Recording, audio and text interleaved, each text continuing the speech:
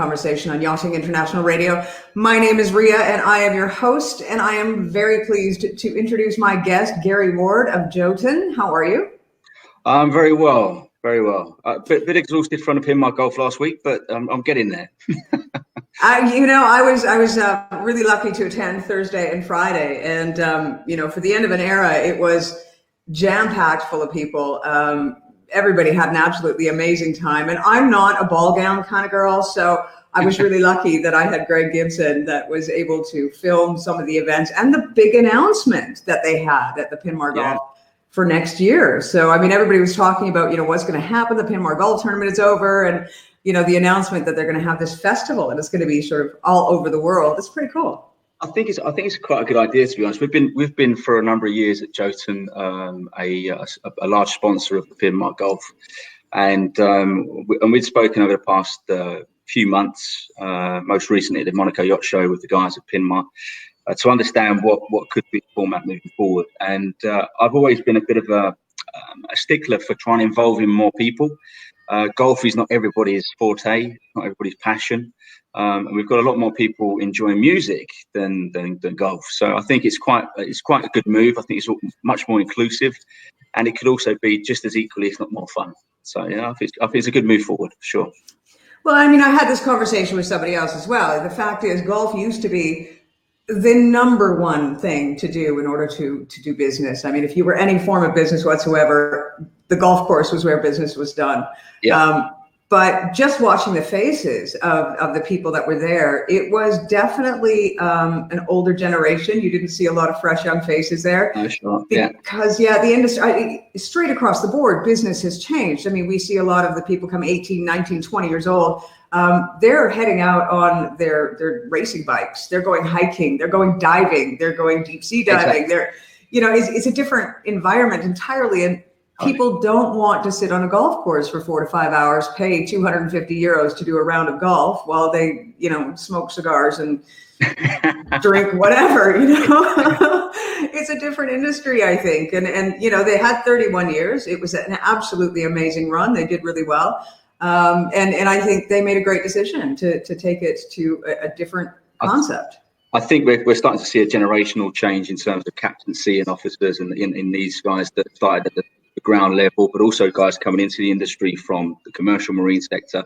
So I think the younger generation are starting to get up to a level whereby which they're at captaincy level, and they don't, like I said, they don't play golf. They prefer to spend their social time, and actually they don't drink that as much as they used to. They're more health conscious.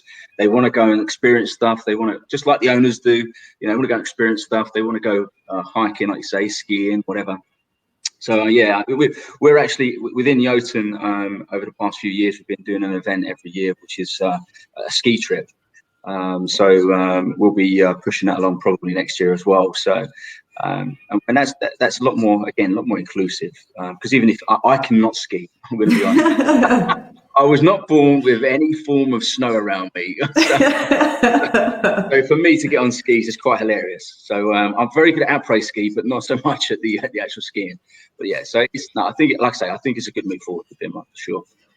Yeah, no, I mean, I wish them all the luck. It's going to be a big undertaking because they are taking on a lot with what they're planning. I mean, it's going to be there's, I think, Hamburg and Fort Lauderdale and Mallorca. Yeah. So all over the world. It's going to be a logistical nightmare, but I'm sure that they will be able to pull it off with the team that they've managed to amass at this stage after 31 years. So for sure. So let's talk about you. Oh, now, please don't. That's the whole reason you're here. Now, where were you born and raised? I'm born and raised in, I was born and raised in London, in the UK. And spent the first 16, 17 years in the UK. And then I had a period of time moving around a little bit, playing football and things like that. So I spent a very brief amount of time in Spain. So I was in Gran Canaria. Well, you just sort of glossed over that football. You told me off camera earlier that it was professional football you were playing. Well, it was a professional contract, I would rather call myself a professional footballer, but it was a professional contract, So I had a professional contract for 2 years, based out of the UK. But then I spent the majority of my time on loan to other football clubs. And when I came back, I was in a bit of disarray, so I wasn't really in the right mindset to pursue that career choice. And I knew that a bit like what we're seeing and we spoke about with this industry, there's a change in generation. I was probably at the back end of a change of generation in football. So I was born and raised in, like I say, in a relatively deprived area, and my ethos and strategy in football was to make sure that the other team didn't play football. So it was a lot of I was sitting in the middle of the park and making sure I was disruptive. But that was very quickly washed out, and it is still to a certain degree washed out of the football game. So yeah, so I had a period of time traveling with football and things like that. Ended up back in the UK, and then I started being a postman. So delivering letters and parcels for 2.5 years. It's an honest living. Yeah, you know what? It's I feel blessed with every job I've done, every position and career move I've made, because I always try and take the best out of everything. And when it comes to being a postman, a bit like being a footballer, you might have had a poor football career, but you've learned how to work as a team, to be a captain, to lead a team. When you're a postman, you're learning how to be autonomous, work autonomously, but also interact with strangers. So every position I've had, I've always tried and taken the best out of it. So after football and the postman job, sure.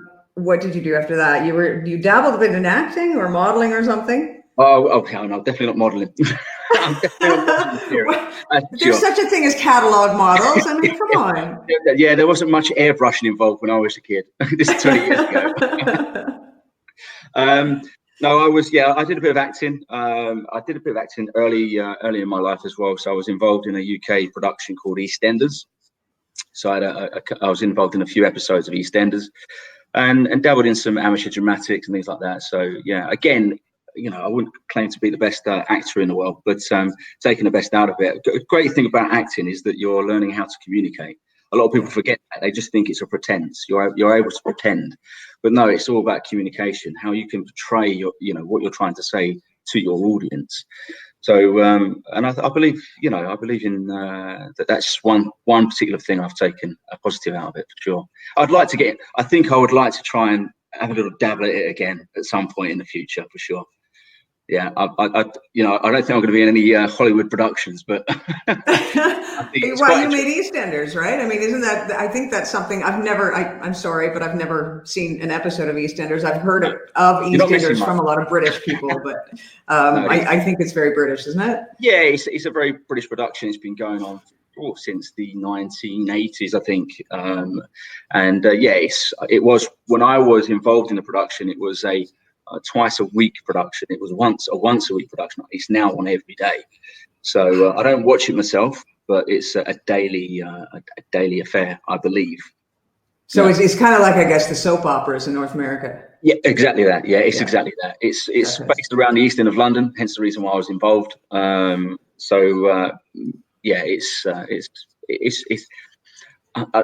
hate to say it, but it's a boredom killer. It's designed to take half an hour of your life and not probably get much out of it. So a bit like Jerry Springer and Jeremy Carl, is it Jeremy? What is his last name? Jeremy Kyle. That's right. Yeah. Whenever I'm feeling really bad about my life, I switch on one of those two shows, and I think, it's not that bad. Yeah, for sure. So you said that you moved to the Czech Republic. What took you there? I didn't move to the Czech Republic. My partner's from the Czech Republic, so okay. I've spent a lot of time in the Czech Republic. I've moved around with work in the past. So I was based out in Singapore for a year and a half, and then I had a bit of time in Hong Kong as well. But I've experienced quite a lot of Czech Republic, and I think we were talking earlier before we went live, for me, moving to Spain was actually more of a cultural shock than moving to Singapore. It was quite interesting, simply because the kind of mindset and ethos around Singapore is it's a country that's kind of run like a company. Everybody's kind of focused and moving in the same direction for the final objective, which is making Singapore great. And so I found that relatively easy. I've been working for a big global company based out in America, General Electric, GE. So for me, it was quite a relatively easy transition. But moving to Spain was more of a personal cultural challenge, let's put it that way. Yeah, I'm very much a Germanic kind of mindset. Right. I like to get things done in an orderly fashion, and the Spanish culture isn't necessarily that. They're a little bit more tranquilo. I think the mañana springs to mind very quick. I mean, you know, as a Canadian, the same sort of issue with me as well. I mean, you know, as a Canadian, you know, you show up on time for meetings. If you're going to say you're going to be somewhere, you're there at that time. Paperwork is literally non-existent. You can pretty much do everything over the computer. Everything is open from like 9 o'clock in the morning until 6 or 7 o'clock at night. And yeah, I mean, there are certain things here that tend to get frustrated. The siesta, everything shuts down between 2 and 5 or 2 and 4. The amount of paperwork is, I mean, people make jokes of it the world over. The fact that you've got to have this paper, this paper, this paper, and you take it to this desk, and you know, the fact that you have to go home and make an appointment to go to the desk just across the aisle for, you know, a week in advance in order to get another stamp. And, you know, it is notorious for certain things for sure. But on the other hand, family is still core value here. Absolutely. And for me, that really is a lovely thing, because I think generally a lot of countries around the world have forgotten in the desire to, you know, to have financial gain and the desire to move forward in their careers. They've sort of forgotten the core values of why we all go to work in the first place. And that is to look after our families and to look after, you know, our extended family and spend time with them. And Spain hasn't forgotten that. So, you know, I think the balance for me is that Spain really does still have the core values of what it means to be just a regular, loving, kind human being at its core, and it's worth it. I'll give you one example of that. I mean, when I first moved, I was really, I think it was the first few weekends, and I'm used to coming from the UK, pretty like yourself in Canada. You know, a Sunday, the shops are still open. So Saturday I spend playing football or, you know, socializing with my friends, and Sunday would be spent, you know, shopping, doing what I needed to do or get what I needed to get. And I had to entirely reverse that when I first moved, because the first 2 weekends I had to go and get some clothing, and literally, apart from I think one area on the island here, that everything was shut. So I said, I said to somebody, I said, I can't believe everything's shut on Sunday. But they did remind me that but Sunday's family time. Yeah, do you know what? You're right. You're right. So, well, and I mean, the thing is, it's I tend to forget sometimes as well. And I think it was about 2 weeks ago, because some stores are open on Sundays during the busy tourism season. And I forgot that the tourism season was over. And I went to El Corte Inglés to get some groceries and realized, oh no, it's shut. And, you know, so all the restaurants are open. So you pick up something to go and you take it home. But, you know, we might get upset sometimes that the convenience isn't there. But what that means is that the people that are working there get a chance to be at home with their families. And I think that's, you know what, for the sake of convenience, why can't we all slow down and take a day every week? And it's not about religion. It's not about the day of rest. It's about, we all should have at least one day every 7 to spend with our family. Until your wife gets sick and tired of seeing you on a Sunday. Yes, but then we kick you out and off you go and go see your mates and watch some football or some rugby or whatever it is you're into, right? Exactly. So tell me a little bit about the company, JOTUN. I was doing some research, and the company was founded, it first started in the early 1920s, 1926 to be exact. Yeah. And it started off as a paint and marine provisions provider in Norway. So its origins were actually the marine industry. Yeah, so it's JOTUN, like you say, established in 1926. We are still a family-owned business, even though we're 10,000 plus employees and a big global organization, still very much a family-run business. And the founding family member, by the name of Oddvar Senior, was involved in the whaling industry. Now, a lot of people nowadays will be kind of disgruntled by the fact this whaling industry existed, but it did exist, and it was a huge industry. And so, especially for people based in the Scandinavian regions, as an example. So he was involved in the whaling industry, and at a very young age started to realise that there was opportunities involved in protecting and supplying these large fleets of vessels. So because originally they didn't come pre-mixed. You could buy certain chemicals and you would have to mix them together, and so the concept was that they were going to create a product that was pre-mixed, and they could then just take it easy, and it would be much easier. And we've got a museum in Sandefjord where the company. So the company headquarters is a stunning location on a fjord in Norway, and we have a museum there that actually takes you through a journey of where we are until where we are today, and where we're looking to go in the future as well. So yes, you're quite right. You didn't have this kind of component B, component A mixed together, and then that's it. It's a finished product. You actually you had a recipe. It's a bit like going and buying the raw materials for a cake. You go and buy the raw materials and you mix it together in the necessary ratios and quantities, and you've got a finished product. So it's been quite an interesting evolution. But yes, I mean, a lot of people will know Jotun, like I say, in the commercial marine sector. So the commercial marine sector, we for coatings in the commercial marine sector, we're kind of sitting at number 1, number 2 spot. We kind of seesaw between us and one of our competition. But we also deal in other sectors, so what we call protective coatings. So people would have come across the Burj Khalifa, the Eiffel Tower, and there's many other structures out there, bridges, etc. So that's what I find kind of interesting, is that you guys started off as sort of a paints and marine. It was a marine based industry based upon the fact that he wasn't whaling and he saw the need for this, but then it eventually went to more commercial buildings and sort of away from the marine industry. But in the past 20 years, it started to head back. I mean, it just more recently, into yachting itself. I mean, we now have, a special division for yachting, but it did sort of branch out and start becoming this massive company that all throughout the Middle East and Asia, really largely. Where people see us in Europe and notice and recognize us in Europe, it is quite far away from how people recognize us in the Middle East and in the Far East as well. So Middle Eastern countries and Far Eastern countries. In those regions, we have TV advertisements, we have branding absolutely everywhere. If you touch down in Dubai airport, you'll see Jotun within the first probably 5 minutes of walking off the aircraft.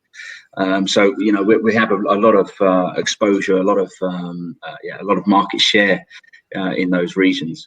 In Europe, although it's our home base, in certain segments we probably aren't as I wouldn't say strong, but aren't as we don't have as much market share. It's a mature market, so it's a lot challenging to get market share. Why do they spend so much in making sure that there is that market awareness in the Middle East and the Eastern countries? Why is that more so there than it is here?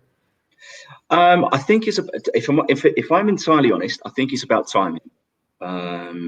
Some people in our business might not agree with that, but I believe it's about timing.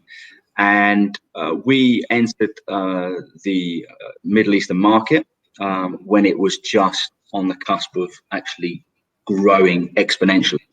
So it was back in and don't quote me on this, I think 1972. I should know my dates, really. It's really bad. But I think it was around about the 1970s. But basically, we entered the marketplace through Libya. It was the first non-Scandinavian region that we moved into. Since it might be 1962. So like I say, don't quote me on that. But basically, it was 1962.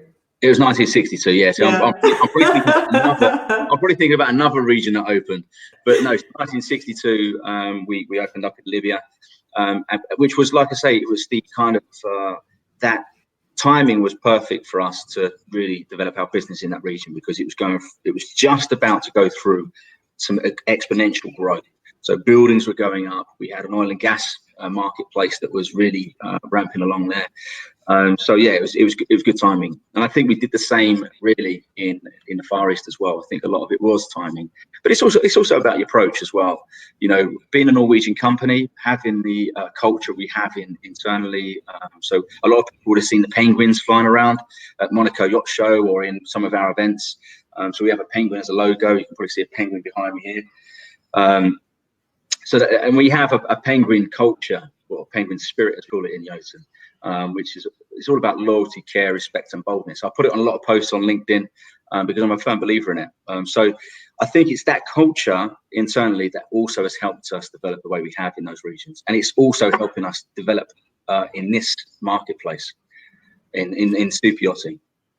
So you've just come to Mallorca just a couple of years ago. Yeah, so 2 years ago, I was working for the business back in the UK in the protective coatings arena.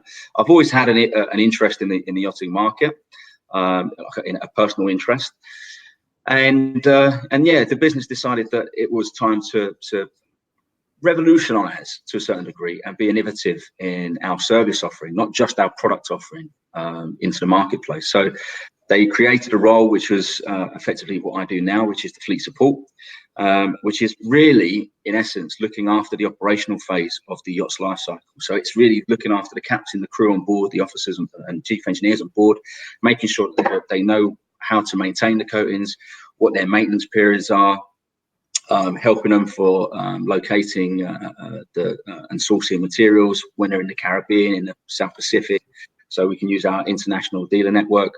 So it's kind of supporting these guys whilst operational. A lot of manufacturers, and it's not just in paint, but a lot of manufacturers in general, look after that transactional period, that refit, dry dock, new build period. But then once it leaves and gets launched, they kind of wave it goodbye over the horizon and say, we hope to see you in 5 years' time in the next refit. So it's kind of really just trying to keep, have that respect, I would say, for the yachts and what we've done to make sure that they're happy with the coatings as well. And what is your client retention? For example, you do stay in touch with them. So about every 5 years, your clients will come back and they will have to do another refit and they will have to do coating and painting. Exactly. So, I mean, it's one of the areas of interest as a business is to try and ensure that we are servicing the best possible so we can retain that customer, to that end client. And our retention rate is currently around about 75%. A lot of that, what we've recognized is because of maybe they are dry docking in a region that we don't have at this moment a yachting concept that's developed. Yeah. So, as an example, up until recently, we didn't have anybody based in Singapore, but we had the occasional dry docking happening in Singapore. So we had no choice but to either lose the yacht to another manufacturer in terms of anti-fouling, or try and find another solution to them for them. So yeah, we've got yachts dry docking everywhere now. It's not just like what we were in 15, 20 years ago, which was mostly Mediterranean and the occasional US dry docking. These guys are getting bigger. These guys are getting more transient. So they are almost demanding that they can dry dock almost everywhere. I mean, especially now we've got Explorer yachts and going into regions that that have no yachting. So we've got to kind of think ahead as a business and say, well, we do cover these regions because we are a big global business. We cover these regions on a commercial marine basis. So let's try and incorporate our offering with yachting as well. So and that's something we're working on at the moment. Well, it's interesting when you talk about these new areas that people are going in with their Explorer yachts. I spent some time in Canada, and just in conversation, as a Canadian, yachting is just not something that we even really think about. I went to a yacht club while I was there, and the yachts were more like tenders on the yachts here, essentially. Yeah. Sure. So a different concept entirely. Yeah. But, even when it comes to super yachts, when you were talking about the Explorer yachts coming in and changing the industry, I was talking to a few people that are quite involved with the industry with wanting super yachts in. There's only 3 charter super yachts in all of Canada, which is quite amazing when you think of it, because, with the ultra high net worth individuals that are nowadays are looking to go where no man has gone before, through Canada into Alaska is one of those places that a lot of people are trying to go. Exactly. There isn't anywhere for them to literally have their boat taken out for a refit anywhere. The closest place I do believe is Seattle, Washington. Yeah. And so it does make it difficult when you're trying to go to these uncharted territories. Do you think that in the future that places like, say, for example, Vancouver, British Columbia, Victoria on Vancouver Island, places like that will start to see an influx or an increase in not only, you know, shipyards that are capable of doing refits, but as well as an increase in just general tourism with yachting? Yeah, I mean, I think there will be an increase. Whether it be a substantial increase is another thing. I think what's expected of the marketplace and the suppliers in the marketplace is to be more transient with the yacht. So, as an example, I was speaking to somebody the other day, and we were talking about in the commercial marine sector and in other sectors, you get a lot of floating dry docks. So, for instance, you know, a dry dock will make itself available in a region and can be utilised as a dry docking facility. So there could be an increase in that type of method. But also in terms of supply chain, you know, it's expected that if they require something in, you know, for instance, the Antarctic, then you kind of have to find a way. So yeah, I think it's more a case of developing your business model to be able to fit with the market that's changing, rather than new areas kind of cropping up. But for sure, you know, like I say, Singapore is becoming a very important area for the larger super yachts. I think that region will hit a peak as well for activity because of the America's Cup. So a lot more yachts are starting to venture that way. But also, they're also voyaging. They're trying to find new places to go, quieter places. You know, it's in the peak of summer, in the Mediterranean summer. I speak to a lot of captains, and they say it's getting congested.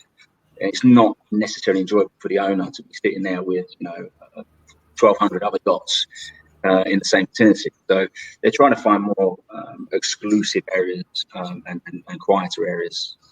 So yeah, I think to answer your question, I think it will be increased, but in where it will be and in what context, I don't know. Well, that's interesting because you know, the industry has changed. The face of the industry has changed completely straight across the board, and you know, even as far as yachts. I mean, we were looking at these super yachts getting larger and larger and larger, and now they're actually not getting that big. They're taking a little bit of downsize, but they're looking for more space for things such as submarines. They're looking to make sure that they're capable of breaking ice. You know, it's a completely different concept. It's not a big yacht in the middle of the Mediterranean Sea, sitting back drinking your pina colada for 3 months at a time anymore. It's a different concept. And for you guys, now, why was Palma the base for you here in Europe? Why would it be Palma and not, say, for example, the French Riviera or Monaco? Yeah, I mean, just very quickly on your previous comment, I think you're right. I think there is a. I've been talking to a few people recently about it, and I think there's a famous line that comes out of, I think it's Amels as a shipbuilder: 2 yachts is better than 1. In the fact that, especially how it's transitioning, maybe 117 meter yacht isn't necessary. You can have a 70 meter yacht, which is where everybody, you know, is accommodated in terms of luxury, and then you have a support vessel. And I actually mentioned to someone the other day, I can actually see a potential business model whereby support vessels are going to be built simply for chartering with other yachts, because you can have all your toys on there and free up space on the actual yacht, luxury like itself. So I could see that becoming quite interesting, rather than going for, you know, an Andromeda of the world or a Ulysses of the world or not. Well, that people, when they're going through a build process, they might look at, you know, the kind of concept that Ace and Infinity have, which they have a support, you know, support. So I can see a lot of that. But remind me, your last question was. Why were you Yeah. based in Palma as opposed to somewhere So I mean, close to France? Yeah, so what we did is we kind of recognized, and we did our intelligence, and it doesn't take long to recognize that in the Mediterranean, which is kind of still the heartbeat of the yachting industry, that there is a handful of yachting hubs, and specifically super yachting hubs. So, you know, we looked at Monaco, we looked at Barcelona, we looked at Antibes, we looked at, you know, La Ciotat, and we looked at, you know, Viareggio and Genoa and these type of places. But what we did really recognize in Palma is that there is a lot of, so at the moment, I've just this morning come out of STP. So in STP, you know, you've got a huge amount of yachts in there, not necessarily having work done, maybe just some small works, but they're getting ready to make the crossing to the Caribbean for their winter season. So so we can capture a lot of the yachts, because my job is to develop a relationship with the captain officer on board and make sure that they're fine with all the coatings. It's a good place to kind of capture that. But of course, you know, there is many other areas which I've traveled to regularly to see some of the fleets of, because one of my key focuses is 60+ meter yachts. So, you know, there's only a few marinas that can accommodate 60+ meter yachts. So that's where a lot of my activity is. But yes, certainly as a hub, Palma is a I'm sure you'd recognise that yourself. It's one of, if not the key hub for super yachts. And especially now, I think it's growing in terms of its popularity, even more so now with the sailing yachts. It's becoming very much a sailing yacht destination. Well, I mean, that's one thing that we notice every single year is that, you know, it's almost become the #1 yacht. The Palma Yacht Show, the Palma Super Yacht Show has become literally the #1 place if you're into sailing yachts. Yeah. This is the only show that has that many sailing yachts on display at any one time.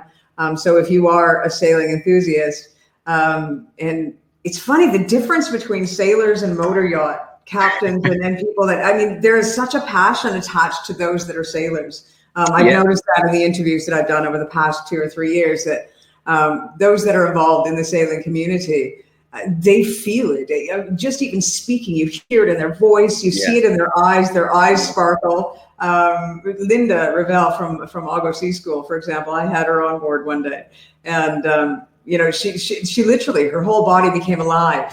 And I think that's absolutely fascinating when it, and I'm not saying, and nothing to take away from motor yacht owners, but or super yacht captains or crew, but for some reason there's just something about sailing that makes them light up.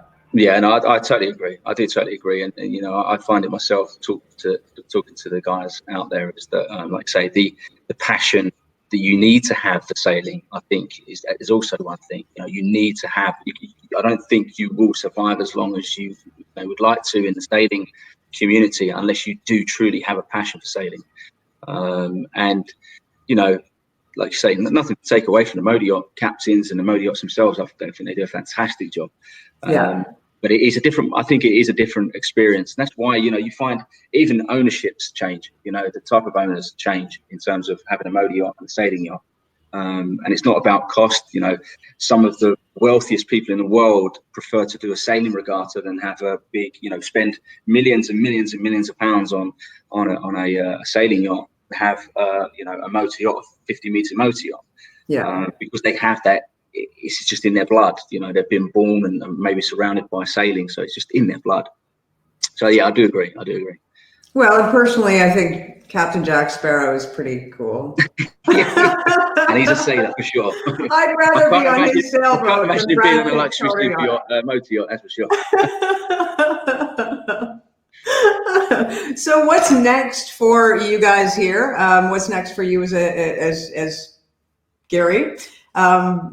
Let us know. Yes, I mean, as a business, we're going through a number of developments, both product, service, and and how we approach the market as well. Really, you know, we've been in the super yacht arena. We've been in yachting for many years, but in the super yacht arena specifically, we've been really 15 to 20 years active. You know, really active, and we've got some huge amounts of good quality references on our top coats and our anti-foulings and our coatings in general. So we've got enough data behind us. We've got enough investment in our business to push things forward in terms of product development. But more importantly to that is the service the services that we provide the industry. I'm a true believer that you can have the best products in the world, but if you don't have the right people involved in your business, and you don't have the right culture in your business, but also the right services out there in the industry, it's still not going to be enough. So, and that's one thing I do really enjoy about our business, is that within JOTUN we have some fantastic employees. You have to have a certain culture, a bit like the sailing community. You have to have a certain culture to be able to survive and thrive in JOTUN. And it is all about teamwork. I mean, you put on the kind of heading around, the success. One thing I wanted to mention was that, I'm a true believer that everybody that has experienced success, it's been because of the people they've surrounded themselves with.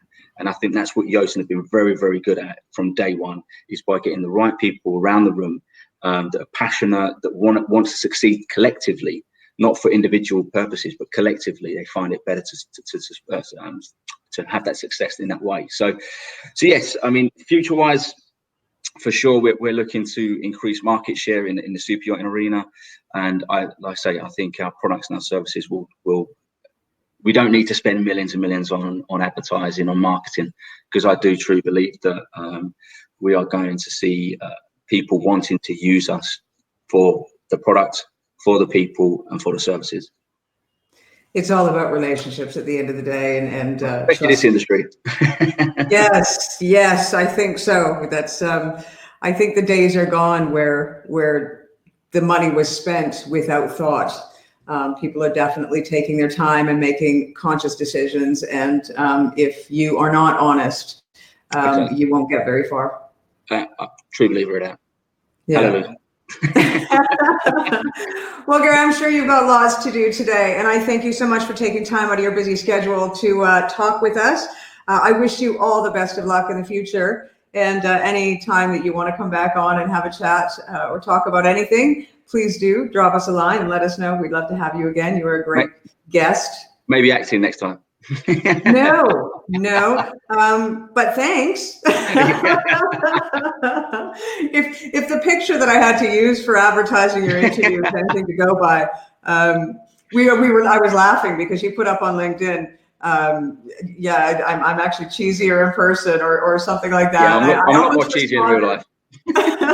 Well, I almost responded saying, "Are you sure that you want to use that picture?" Yeah. That's my portfolio picture. No, it's a great picture. That'll work as an actor. That's how you get your work in the future too, eh? Yeah, exactly. Yeah. Give us that smile before you go. Can you give us that smile? That's it. Oh, that is so good. So good. We're loving it. Right. Well, you have a wonderful day. Thank you again for your time. And for everybody out there watching, thanks for tuning in. This has been Coffee and Conversation with Rhea on Yachting International Radio. We'll see you next time. Thanks again, Gary.